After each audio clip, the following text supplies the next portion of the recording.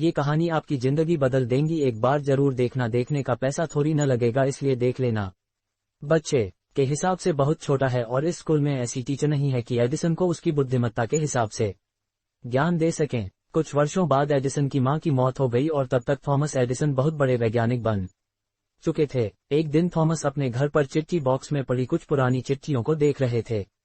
तभी उनकी नजर उस चिट्ठी पर पड़ी जो स्कूल के दिनों बचपन में थॉमस को टीचर ने मां को देने के लिए कहा था।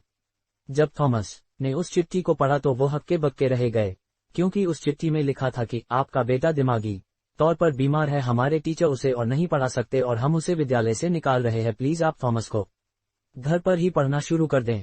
उस चिट्ठी को पढ़ने के बाद थॉमस एडिसन बहुत भावुक हुए और उन्होंने इस चिट्ठी के बारे में एक किताब में जिक्र किया कि दिमागी तौर पर एक बीमार बच्चा था जिसे उसकी मां ने एक बहुत बड़ा वैज्ञानिक बना दिया था। निष्कर्ष, इस सफलता की छोटी से हमें बहुत सीख मिलती है, जो हमें साफ दिखाई दे रही है कि किसी को भी उसकी कमियों के बारे में नहीं बताना चाहिए, क्योंकि जब कोई आपको आपकी कमियों लगातार बताता है तो धीरे धीरे आपका आत्मविश्वास कम होने लगता है और आप अपने अंदर की ताकत को पहचान नहीं पाते हैं, जिससे आप अपने आप पर विश्वास नहीं रखते हैं और किसी काम को पूरा करने का हौसला खो देते हैं।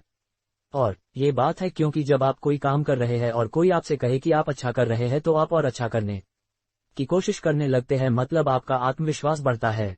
थॉमस की ने अच्छा किया, क्योंकि अगर वो थॉमस को उसकी कमी के बारे में बता देती तो वो कभी आविष्कारक नहीं बन पाते, जो बात थॉमस समझ गए और इसलिए उन्होंने कहा कि थॉमस एडिसन दिमागी तौर पर बीमार था और फिर उसे उसकी मां ने एक महान वैज्ञानिक बना दिया।